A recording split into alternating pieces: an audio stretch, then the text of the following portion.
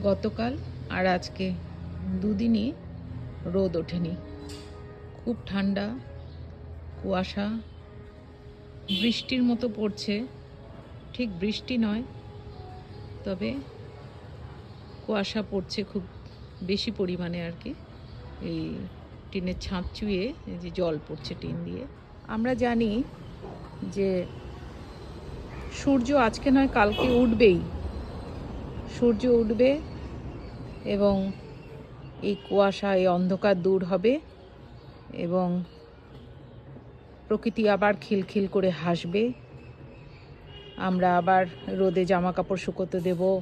আমাদের জীবনেও এরকম মুহূর্ত আসে, এরকম দিন আসে যখন চারদিক থেকে আমাদেরকে কুয়াশা বা খারাপ সময় আমাদেরকে ঘিরে ধরে। আমাদের মনে হয় এই অবস্থা থেকে আমাদের বুঝি আর নিষ্কৃতি নেই, আর আমার জীবনে বোধহয় আলো আসবে না, সূর্য উঠবে না।